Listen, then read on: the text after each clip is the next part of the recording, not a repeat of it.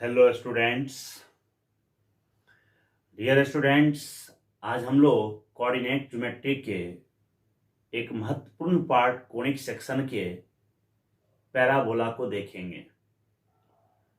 यूं तो conic section पहले ही स्टार्ट हो चुका है हमारे चैनल पर, आप देख चुके होंगे इससे पहले पेयर ऑफ स्ट्रेट लाइंस और सर्कल का भी। सर्कल अभी हम कंप्लीट नहीं किए हैं, उसको हम और आगे वीडियो अपलोड करेंगे उसमें हम। तो सर्कल भी कोनिक सेक्शन का ही हिस्सा है और पैराबोला भी कोनिक सेक्शन का ही हिस्सा है, और इलिप्स हाइपरबोला के साथ पेयर ऑफ स्ट्रेट लाइंस। तो कोनिक सेक्शन के मुख्य तौर पर 5 पार्ट्स हैं। पहला आपको पेयर ऑफ स्ट्रेट लाइंस हो गया, दूसरा आपको सर्कल हो गया, तीसरा पैराबोला हो गया, चौथा इलिप्स हो गया और पांचवा हाइपरबोला हो गया। एक रेक्टेंगुलर हाइपरबोला भी होता है, ठीक है। तो ये सारा हिस्सा जो आपको हमने सुनाया ये कोनिक सेक्शन है, कोनिक सेक्शन। अब यहां ये है कि कोनिक सेक्शन क्या होता है। सबसे पहले जो समझने लायक वर्ड है वो है कोनिक सेक्शन, कि कोनिक सेक्शन क्या होता है। कोनिक सेक्शन का अर्थ हुआ कोण से जो कटता है। कोण का अर्थ होता है शंकु, CONE। ये कोण जो है इसका अर्थ होता है शंकु, ठीक है। इस शंकु के, ठीक है, कटने से जो सेक्शन तैयार होता है उसको हम लोग कोनिक सेक्शन कहते हैं। अब शंकु आप जानते हैं कि इस तरह का होता है।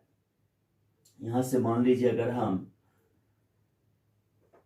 इस तरह से एक पिक्चर बना लें कोनिक सेक्शन कोण का, शंकु का, ये एक शंकु हो गया, ठीक है। ये इसका जो लाइन है, ये तिरछी ऊंचाई जो है, इसको सलेंट हाइट भी कहा जाता है, सलेंट हाइट,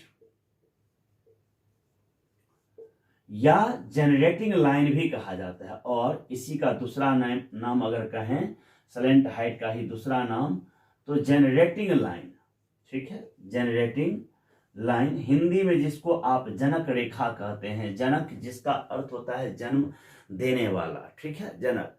तो इट मीन्स ये लाइन के हेल्प से ही कोण का, शंकु का जन्म होता है, ठीक है ना। इसलिए इसको नाम दिया गया क्या, जनरेटिंग लाइन। अब ये जो आप देख रहे हैं, ये इसको अगर हम यहां से परपेंडिकुलर डाल दें, ये इसका हाइट कहलाता है, हाइट, ठीक है, हाइट कहलाया। और यहां ये आप तो जानते हैं कि ये रेडियस होता है इसका, है ना, रेडियस, त्रिज्या। और ये टोटल जो नीचे सर्कुलर है, ये सर्कल के जैसा है, इलिप्स नहीं है, ये सर्कल है, आपको वृत्ताकार है ये, तो इसको बेस कहेंगे हम, बेस। ये हमारा आधार है, बेस, ठीक है, ये बेस आधार हो गया हमारा, ठीक है। अब यहां समझने का थोड़ा कोशिश कीजिए। ये जो है कोण, इसको जब हम किसी प्लेन का मतलब हुआ कोई सरफेस के द्वारा, किसी सरफेस, और प्लेन, हर सरफेस प्लेन नहीं हो सकता, हर सरफेस प्लेन नहीं हो सकता। जब किसी सरफेस के किसी दो बिंदु को मिलाने वाला रेखाखंड पूरी तरह से उसी पर लाई करता है, तब उसको प्लेन कहते हैं।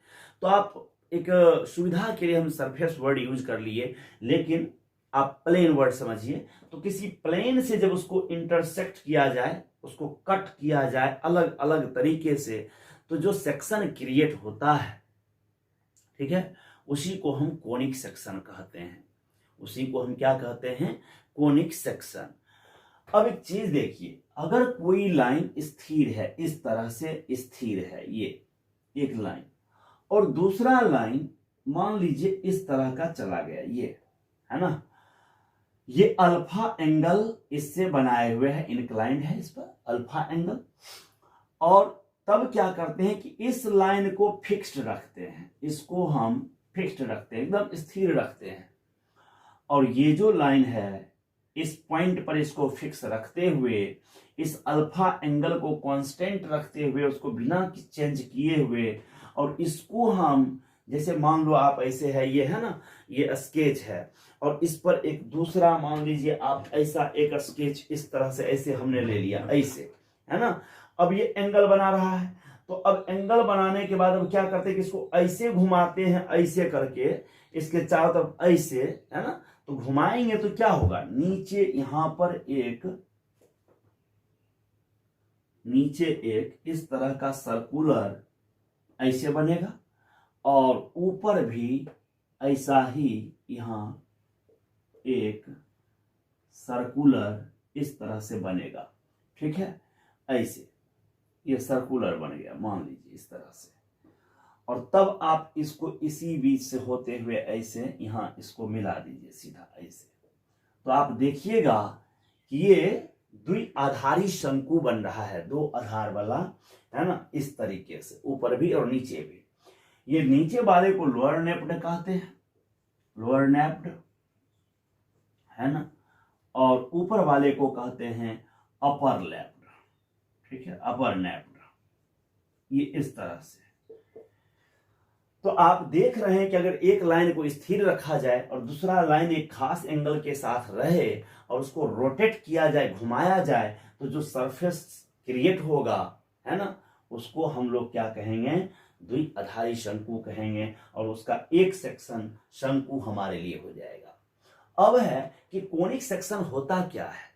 कोनिक सेक्शन, तो अब आप अच्छे से समझ रहे होंगे कि किसी भी शंकु को अगर किसी प्लेन के द्वारा हम कट करेंगे, ठीक है, प्लेन के द्वारा कट करेंगे, तो जिस जिस तरह के सरफेस मिलेंगे वो सभी सरफेस हमको कोनिक सेक्शन कहलाएगा। लेकिन यह मैथमेटिकल डिफिनेशन नहीं है, ये डिफिनेशन मैथमेटिक्स के लिए उतना यूजफुल नहीं है, बस समझने के लिए है कि हाँ हम किसको किसको कोण कह सकते हैं। और कुछ बात हम आपसे बात करते हैं इसमें, चलिए समझिए।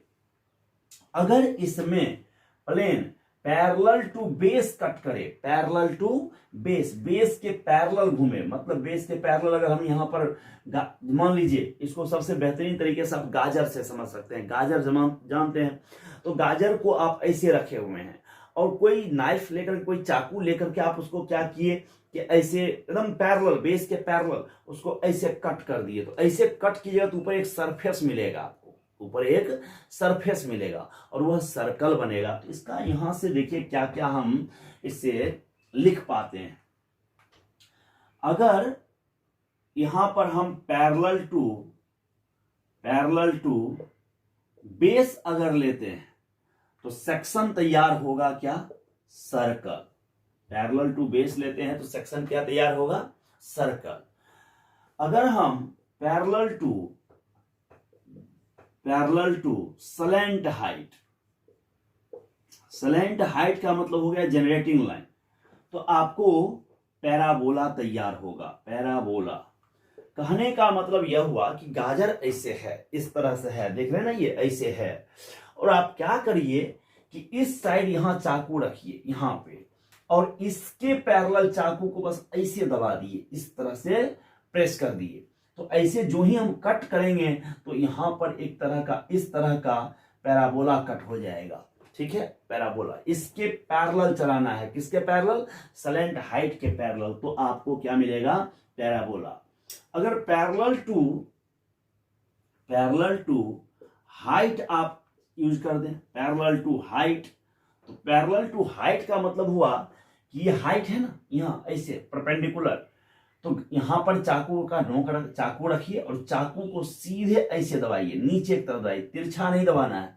अब आपको हाइट के परपेंडिकुलर ऐसे हाइट के पैरेलल ऐसे दबाना है, सीधे सीधे हाइट के पैरेलल। तो जब वो नीचे आएगा तो जो कट बनेगा इस तरह का, वो कट आपको हाइपरबोला बनेगा, हाइपरबोला, ठीक है, इस तरह से हाइपरबोला। फिर देखिए, neither parallel to base, neither parallel to base nor parallel to height और जनरेटिंग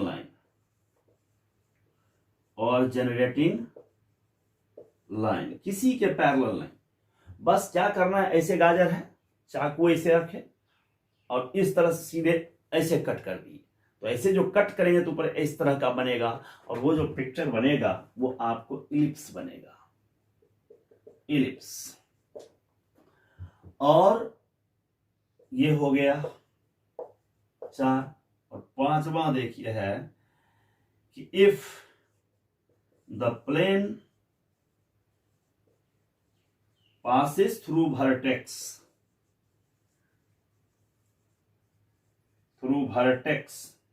तो ये आपको पेयर ऑफ स्ट्रेट लाइंस बनेगा, पेयर ऑफ स्ट्रेट लाइंस। ठीक है, तो इस तरह से आपने इस पूरे पिक्चर में ये देखा कि कोनिक सेक्शन जनरेट कैसे होता है, किस तरीके से कोनिक सेक्शन तैयार होता है, निकलता कैसे है। तो चूंकि कोनिक सेक्शन नाम इसलिए पड़ा क्योंकि कोण के कटने से इस तरह का बना, तो ये सब चीजों को हम कोनिक सेक्शन कहते हैं। अभी आपके पास हमने circle, parabola, hyperbola, ellipse, pair of straight lines, इन सब चीजों के बारे में जिक्र कर दिए कि कैसे कैसे हम गाजर को कट करेंगे, तो ये सारा सेक्शन मिलेगा। तो इन सभी चीजों को अगर आप समझ गए होंगे तो अब हम इसको लोकस के आधार पर देखेंगे, इसको मैथमेटिकल डिफिनेशन में अब हम कन्वर्ट करना स्टार्ट करेंगे। तो आइए इसको समझिए आप लोग इसमें। ठीक है,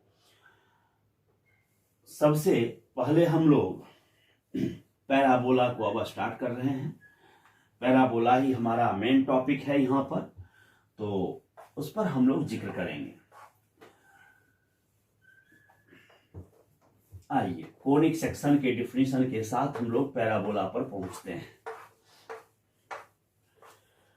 कोनिक सेक्शन का डिफिनीशन क्या होता है सो समझ लीजिए। कोनिक सेक्शन, ठीक है ना, क्या है? कहता है if a point moves such that, if a point moves in the plane, कहां मूव करेगा? तो प्लेन में। moves in the plane such that, इस प्रकार घूमता है, such that the ratio of distances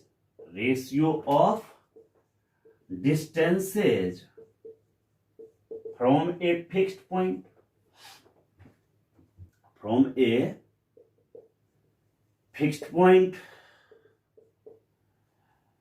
जिसको हम लोग फोकस कहेंगे, focus, distances from a fixed point and from a fixed straight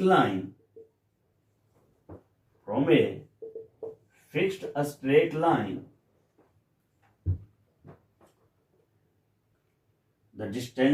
the ratio of distances from a fixed point and from a fixed straight line is always constant, is called conic section, ये जो fixed straight line यहां हम use किए हैं, इस पूरे के बदले डायरेक्ट्रिक्स वर्ड भी यूज किया जा सकता है, इस कॉल्ड कोनिक सेक्शन। यहां हम नीचे में लिख दिया आपको, the fixed straight line is called directrix and fixed constant ratio is called eccentricity,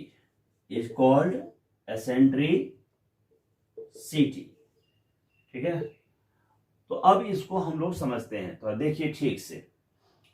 कहता है कि यदि कोई बिंदु किसी तल में इस तरह गति करता हो, एक निश्चित बिंदु से और एक निश्चित रेखा से जो दूरी होंगे उनका अनुपात हमेशा बराबर हो, उसका अनुपात हमेशा क्या हो? बराबर हो। तब उसके द्वारा जो पाथ क्रिएट होगा, लोकस क्रिएट होगा, उसको हम क्या कहेंगे? कोनिक सेक्शन कहेंगे। ठीक है। If a point moves in the plane such that the ratio of distances from a fixed point and from a fixed straight line is always constant, then locus, ऐसे लिख लीजिए, then locus is called conic section. Then locus is called conic section. The fixed straight line is called directrix and fixed constant ratio is called eccentricity. और eccentricity को आप लोग हिंदी में उत्केंद्रता कहते हो। eccentricity जो है उसको आप लोग उत्केंद्रता कहते हैं, और डायरेक्ट्रिक्स को आप लोग नियता होता है, इसका नियता होता है हिंदी, और इसको आप उत्केंद्रता कहते हैं। ठीक है, ये है उत्केंद्रता, ये चीज। डेफिनेशन अगर आप हिंदी में देंगे तो इस तरह से कह सकते हैं, किसी बिंदु का, है ना, बिंदु पथ, किसी बिंदु का बिंदु पथ कोनिक सेक्शन कहलाता है,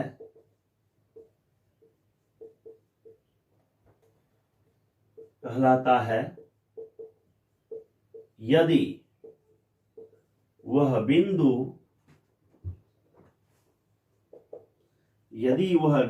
किसी तल में इस तरह गति करता है कि एक निश्चित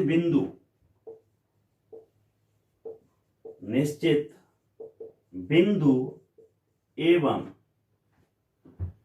एक निश्चित रेखा से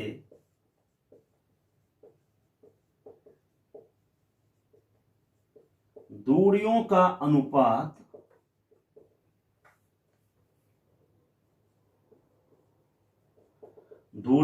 अनुपात हमेशा नियत रहता है। ठीक है। अब इसी में एक निश्चित बिंदु जो यूज किए हैं उसको हम फोकस कहेंगे, और निश्चित रेखा जो यूज किए हैं उसको हम डायरेक्ट्रिक्स कहेंगे। ठीक है। तो आइए यहां पर हम लोग इसके डिफिनेशन को पिक्चर के मदद से देखते हैं, पिक्चर के मदद से, है ना। ये तो इसका डिफिनेशन हो गया। अब हम इसको पिक्चर के हेल्प से देखते हैं।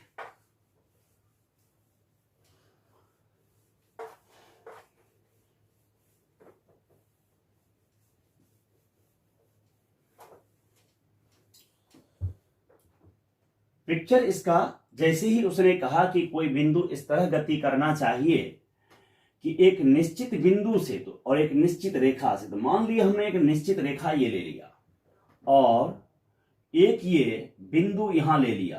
ठीक है, निश्चित बिंदु, ये एक फिक्स्ड पॉइंट है, ये आपको फिक्स्ड पॉइंट है, फिक्स्ड पॉइंट। इसको आप एस कह लो, जो फोकस है, फोकस एस से रिप्रेजेंट कर रहे हैं आपको यहां हम फोकस को। ठीक है ना। और एक ये पॉइंट मान लो पी है, इसको गति करना है, यही मूवेबल पॉइंट है। इसी के द्वारा जो रास्ता तैयार होगा, जो पाथ क्रिएट होगा, उसको हम कोनिक सेक्शन कहेंगे। और ये डिस्टेंस इसका यहां से ले लीजिए और फिर यहां से इस फिक्स्ड स्ट्रेट लाइन से ये एन दे दिए। इसका नाम डायरेक्ट्रिक्स है। ये जो लाइन गया है इसका नाम डायरेक्ट्रिक्स है, जिसको हिंदी में आप नियता कहते हैं। ठीक है। तो अब आप यहां देख रहे हैं डिफिनेशन क्या था कि इस तरह गति करे कि जो डिस्टेंस इस बिंदु से, पहले जिसका नाम लेगा पहले उसको ऊपर रखेंगे। तो distance from the fixed point, तो फिक्स्ड पॉइंट से डिस्टेंस क्या है? पी एस, ये हो गया डिस्टेंस। और तब फ्रॉम फिक्स्ड स्ट्रेट लाइन, तो पी एन, ये हमेशा कांस्टेंट होना चाहिए। मतलब अगर एक बार 2 आ गया, मान लीजिए कहीं पर कोई सॉल्व होने के बाद 2 आ गया, 2 लिखा गया, अब वो इस तरह गति करते रहेगा कि हर वक्त 2 ही आते रहेगा। अपने इस डिस्टेंस में और इस डिस्टेंस में इस तरह से परिवर्तन लाएगा कि हर वक्त वह 2 ही रखेगा। मान लीजिए अगर 1 आ गया तो हर वक्त इस तरह से वो गति करता रहेगा, ये दूरी को मेंटेन करेगा, दोनों को बराबर बराबर, कि दोनों का रेशियो हमेशा 1 आते रहेगा। तो इस तरह से अगर कोई गति करता है तो समझ जाइए कि उसके द्वारा जो पाथ क्रिएट होगा, रास्ता क्रिएट होगा, वह कॉनिक सेक्शन क्रिएट होगा। तो PS बाय PN इसको कांस्टेंट कहेंगे, और ये कांस्टेंट हमारा एसेंट्रिसिटी कहलाता है। एसेंट्रिसिटी, इसी कांस्टेंट को हम एसेंट्रिसिटी कहते हैं।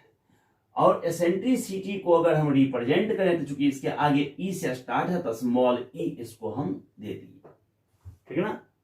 PS बाय PN को हमने क्या कहा, ई, स्मॉल ई, एसेंट्रिसिटी। अब यहां से आपको देखिए क्या होता है, इसी एसेंट्रिसिटी के आधार पर हम कॉनिक सेक्शन को बांटते हैं। कॉनिक सेक्शन को कई तरीके से बांटा जाता है। अभी फिलहाल जब हम इस पिक्चर पर बात कर रहे हैं तो अभी हम इस पिक्चर के बारे में ही बात करेंगे, इसी पर डिस्कस करेंगे। तो सबसे पहले यहां पर समझ लीजिए कि यदि ई का वैल्यू 1 के बराबर हो जाए, 1 के बराबर कहने का मतलब इंप्लाइज दैट PS और PN आपस में बराबर हो जाए, तभी ना 1 होगा। तो जो रास्ता तैयार होगा वह आपको पैराबोला होगा, है ना। क्या होगा, पैराबोला, ठीक है। E = 1, और अगर E आपको 0 के बराबर हो जाता है तो ये आपको सर्कल हो जाएगा, सर्कल, ठीक है। और E अगर 1 से कम हो जाता है, 1 से कम, तो ये आपको हो जाएगा यहां पर कितना, E < 1 है, इसका मतलब हो गया ये इलिप्स होना है। इलिप्स का एसेंट्रिसिटी 1 से कम होता है। और अगर E > 1 है तो ये आपको हाइपरबोला हो गया, हाइपरबोला, ठीक है। तो आपको याद रखना है कि सर्कल का एसेंट्रिसिटी 0, ठीक है। पैराबोला का एसेंट्रिसिटी 1, इलिप्स का एसेंट्रिसिटी 0 से ज्यादा और 1 से कम होगा। 0 से ज्यादा, ये एसेंट्रिसिटी कभी निगेटिव तो होगा नहीं, जब भी होगा तो पॉजिटिव होगा। तो 0 से ज्यादा और 1 से कम है तो नाम पड़ेगा इलिप्स, और > 1 है तो नाम पड़ेगा हाइपरबोला, ठीक है। तो ये एसेंट्रिसिटी हो गया। अब एक बात समझने का थोड़ा कोशिश कीजिएगा आप, यह डायरेक्ट्रिक्स एक है और ये डायरेक्ट्रिक्स एक स्ट्रेट लाइन है। डायरेक्ट्रिक्स क्या है, एक स्ट्रेट लाइन है।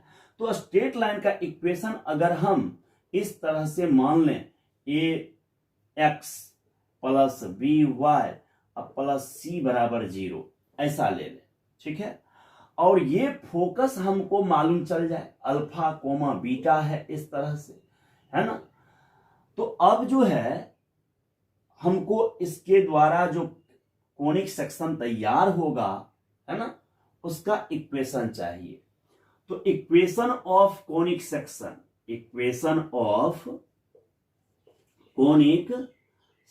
वो कोई भी कॉनिक सेक्शन हो सकता है, पैराबोला हो, सर्कल हो, इलिप्स हो, हाइपरबोला, कोई भी हो। तो उसका तरीका आप देखिए, अभी हम पढ़े हैं कि ये डिस्टेंस और इस डिस्टेंस का अनुपात PS बाय PN बराबर E होना चाहिए, एसेंट्रिसिटी होना चाहिए, यही ना कॉन्सेप्ट है। या PS / PN किसके बराबर होना चाहिए, E के बराबर। तो अब थोड़ा समझिए, यह मूवेबल पॉइंट है, यही गति कर रहा है, और जब यह गति कर रहा है तो इसके द्वारा जो लोकस तैयार होगा उसी का नाम कॉनिक सेक्शन है। जो पॉइंट मूव करता है, जो पॉइंट गति करता है, उसके द्वारा जो पाथ क्रिएट होता है उसी को हम लोकस कहते हैं, वही हमारा लोकस है। तो अब यहां समझने वाली बात यह है कि इसका इक्वेशन हम कैसे जनरेट करें। तो ये जो पॉइंट मूव करता है उसको हम अल्फा बीटा मानते हैं। आपको पता होगा कि जो पॉइंट गति करता है उसको अल्फा बीटा मानते हैं, लेकिन हम पहले ही अल्फा कोमा बीटा का यूज कर चुके हैं, तो इसको कुछ अलग नाम दे देते हैं, H कोमा K दे दिए। अब आप बताइए PS का डिस्टेंस निकलेगा कि नहीं।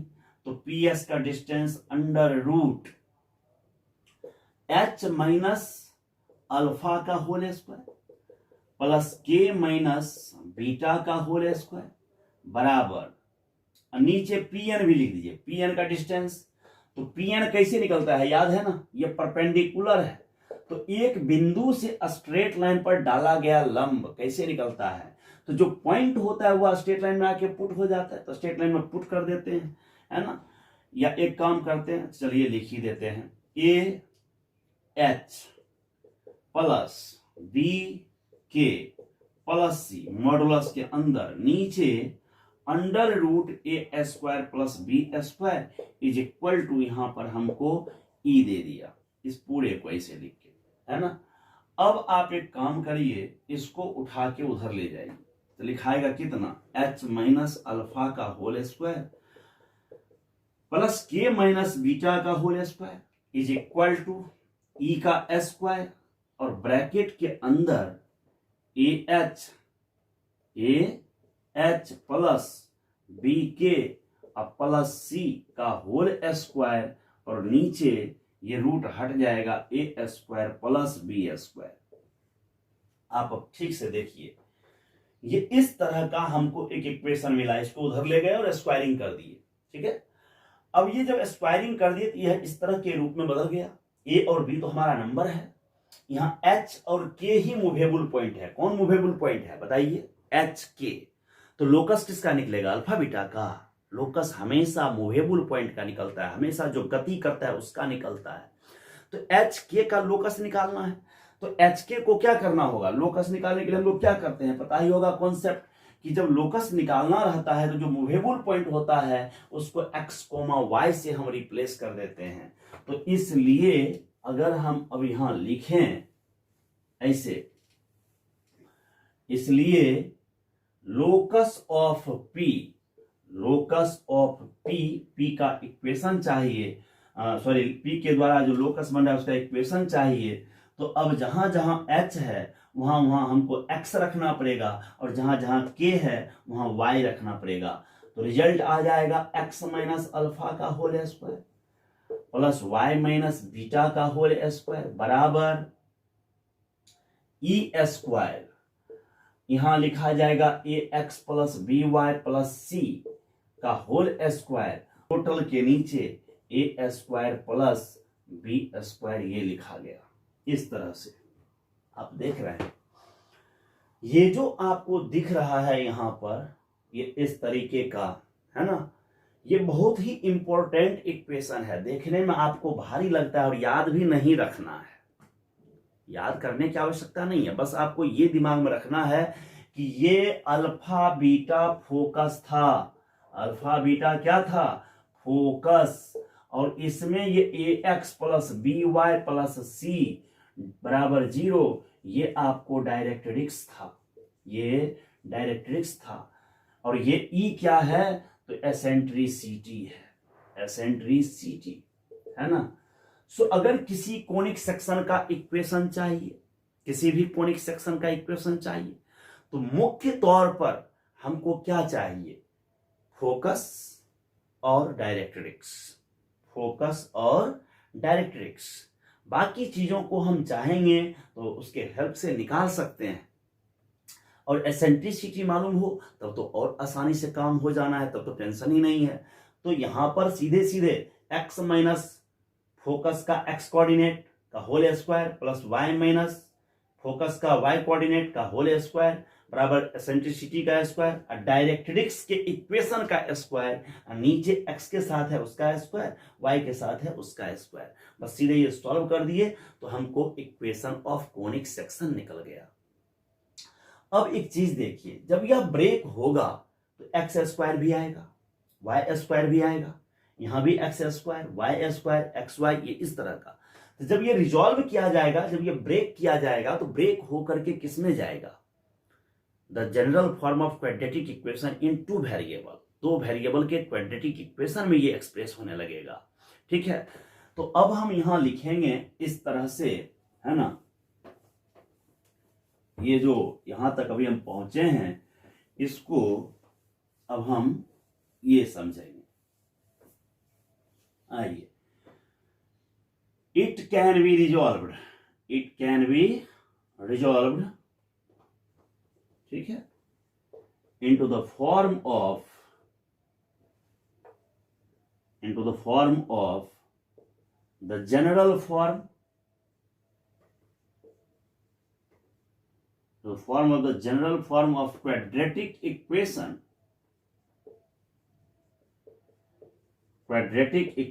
in two variables,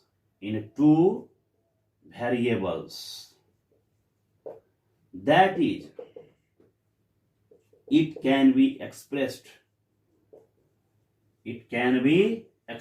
in the form of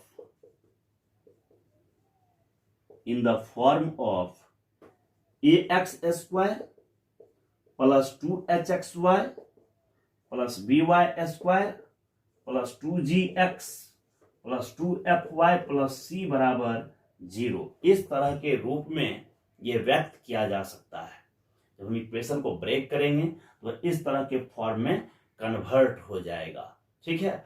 और जब इस तरह के रूप में कोनिक सेक्शन कन्वर्ट होगा तो हमको ये जानना होगा कि यह इक्वेशन जो है कब ये सर्कल दिखाएगा, कब ये पैराबोला दिखाएगा और कब ये एलिप्स कब ये हाइपरबोला दिखाएगा। तो ये जो quadratic equation in two variable generate हुआ, इससे दो तरह के कोनिक सेक्शन क्रिएट होंगे, एक डीजेनरेटेड कोनिक सेक्शन और एक non degenerated conic section. Degenerated conic section में क्या होता है कि डेल्टा 0 के बराबर होता है। डेल्टा इट मींस डिस्क्रिमिनांट, तो इट्स डिस्क्रिमिनांट, इसका जो डिस्क्रिमिनांट होता है, डेल्टा जो होता है, इसको हम डेल्टा से रिप्रेजेंट करते हैं, वो डेल्टा का फॉर्मूला होता है ABC plus 2FGH minus AF square minus BG square minus CH square equal to 0। ये बराबर 0 मत लीजिए, अभी ऐसे लिखिए, डेल्टा का ये फॉर्मूला हो गया डिस्क्रिमिनांट का, ABC plus 2FGH minus AF square minus BG square minus CH square. जिस तरह से आप quadratic equation ax square plus bx plus c, एक वेरिएबल वाले क्वाड्रेटिक इक्वेशन में डिस्क्रिमिनांट जिसको विवेचक कहते हैं, विवेचक, उसका फॉर्मूला आप जानते हैं b square minus 4ac। d का फॉर्मूला वहां क्या होता है, b स्क्वायर माइनस 4ac। अब यहां पर जो है ax square plus 2h square plus by square plus 2gx plus 2fy plus c बराबर 0, इसका डिस्क्रिमिनांट अब ये है। अब इस डिस्क्रिमिनांट के आधार पर, है ना, इसके अलग अलग फॉर्म में बांटा गया, ठीक है ना। डिस्क्रिमिनांट 0 हो तो और डिस्क्रिमिनांट 0 ना हो तो। डिस्क्रिमिनांट अगर 0 होता है तो उस वक्त फोकस डायरेक्ट्रिक्स पे लाई करता है। सुनाई दिया क्या हम कर रहे हैं? यदि डिस्क्रिमिनांट किसके बराबर हो जाए, 0 के बराबर, तो उस केस में फोकस कहां होना है, आपको डायरेक्ट्रिक्स पे होना है। और जब फोकस डायरेक्ट्रिक्स पे होगा तब वो डीजेनरेटेड कोनिक सेक्शन कहलाएगा, डीजेनरेटेड कोनिक सेक्शन कहलाएगा। और यदि फोकस डायरेक्ट्रिक्स पर नहीं हो, इट मींस डेल्टा 0 के बराबर नहीं हो, तब वो कहलाएगा नॉन डीजेनरेटेड कोनिक सेक्शन। तो अब यहां हम इसको दो तरीके के कोनिक सेक्शन में पहले बांट देते हैं, आइए। और ज्यादातर हम नॉन डीजेनरेटेड कोनिक सेक्शन को ही पढ़ते हैं, डीजेनरेटेड कोनिक सेक्शन को उतना ज्यादा नहीं देखते हम, लेकिन चर्चा चला है तो हम यहां लिख देते हैं, इफ डेल्टा बराबर 0 that is focus lies on the directrix, on the directrix. तो ये आपको देन कोनिक सेक्शन क्या कहलाता है? Conic section is called degenerated conic section, degenerated, ठीक है, ये हो गया डीजेनरेटेड। और दूसरा यहां है, if delta is not equal to 0, है ना, that is focus does not lie on the directrix,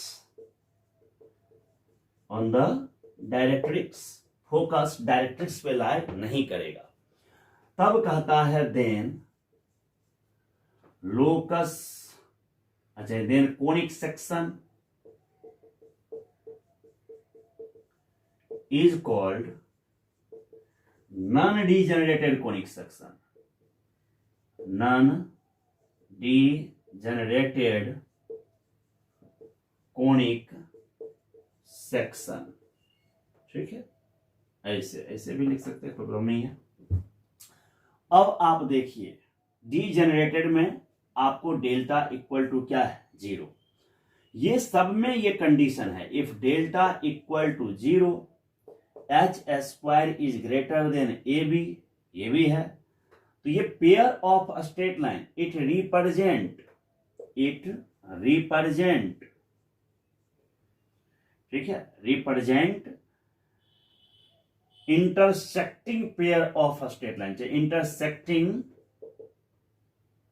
intersecting pair of straight lines.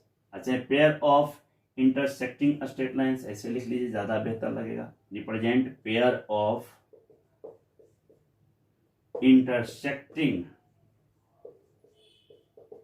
Straight lines, ठीक। और ये अगर इधर लिखते हैं if delta is not equal to 0 H square greater than A B, ऐसे H square greater than A B, तब यहां लिखेंगे देन इट रिप्रेजेंट हाइपरबोला। ये आपको हाइपरबोला दिखाएगा, यही चीज। बस अंतर क्या है, इसमें डेल्टा 0 के बराबर, इसमें डेल्टा 0 के बराबर नहीं है। नेक्स्ट है अगला, if delta equal to 0 H square equal to A B, then it represent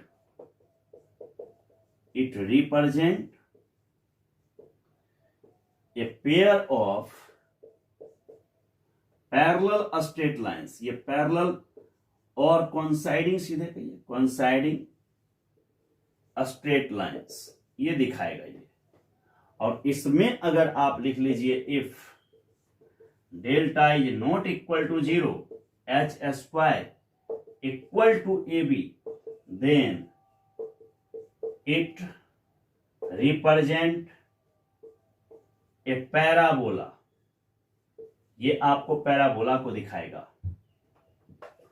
अगला है इसमें इफ डेल्टा बराबर 0 और H square less than A B, ये आपको इमेजिनरी लाइंस दिखाएगा। उतना लैंग्वेज नहीं दिख के सीधे इमेजिनरी लाइंस लिख देते हैं, इमेजिनरी लाइंस। और इसमें अगर आप if delta is not equal to 0 H square less than A B है, ये सीधे इलिप्स लिख देते हैं आपको, उतना लैंग्वेज नहीं लिख करके। और एक नोट और होता है, if delta is not equal to 0 A बराबर बी और एच बराबर 0, ये आपको सर्कल होता है। तो आप यहां समझ गए कि यह जो हमारे पास है डेल्टा इक्वल टू 0 और delta is not equal to 0 का केस, ये आपको किस कंडीशन में किस कोनिक सेक्शन को रिप्रेजेंट करता है। इस पूरे नोट को आप अच्छे से याद कर लें। डिफेंस के एग्जाम में इन सब चीजों का उतना जिक्र नहीं करता, सीधे सीधे इसका बात करता है H square greater than A B. तो वहां पर आपको ये स्टेटमेंट का नहीं रहेगा, पैराबोला, एलिप्स, हाइपरबोला, सर्कल, यही 4 चीज पर बात करता है। तो आपको वहां हाइपरबोला लिखना है, एच स्क्वायर बराबर ए बी है तो पैराबोला लिखना है, H square less than A B है इलिप्स लिखना है, ए बराबर बी एच बराबर 0, ये डेल्टा का तो जिक्र ही नहीं करता है वहां, ठीक है ना। तो ये चीज लिखा होता है, तो आप इसको अच्छे से याद रखें। ये जो टॉपिक है इस साइड का, इसको आप ढंग से याद रखें तो एक क्वेश्चन तो आपको बहुत सारे बच्चों को मिल जाना है। आप इसको ढंग से पढ़िए, अच्छे से इसको कवर कीजिए। तो आज हम कोनिक सेक्शन के बेसिक को देखें, कोनिक सेक्शन के बेसिक को, कि कोनिक सेक्शन है क्या, कैसे जनरेट होता है। तो आप देख लिए कि कोई बिंदु अगर इस तरह गति करता है कि एक निश्चित बिंदु से जो दूरी है उसका और एक निश्चित स्ट्रेट लाइन से जो दूरी है उसका, दोनों का अनुपात अगर हमेशा नियत रहता है, फिक्स्ड रहता है, तो उसके द्वारा जो पाथ क्रिएट होता है उसी पाथ को हम कोनिक सेक्शन कहते हैं। और उससे कैसे इक्वेशन जनरेट होता है उसके बारे में भी हम जिक्र कर दिए हैं। ठीक है, उस पर आधारित क्वेश्चंस को हम क्लास में भी बताएंगे, बहुत सारे जब आप लोग आएंगे क्लास में भी बताएंगे हम। और यहाँ अगला जो वीडियो हम अपलोड करेंगे तो उस पर हम उसमें जो है हम इसका एग्जाम्पल भी आपको देंगे। ठीक है, तब तक के लिए आप इस बेसिक को अच्छे से देखिए, समझिए, और बेसिक क्लियर होने के साथ ही आपको अन्य कोनिक सेक्शन बड़ी आसानी से समझ में आना स्टार्ट हो जाएगा। तो काइंडली इस वीडियो को बढ़िया से देख करके अच्छे से इसको समझ लीजिए, और बेहतर लगे तो इस पर कमेंट जरूर कीजिए कैसा लगा आपको, और अपने दोस्तों के साथ इसे शेयर भी कीजिए। जय हिंद, जय भारत।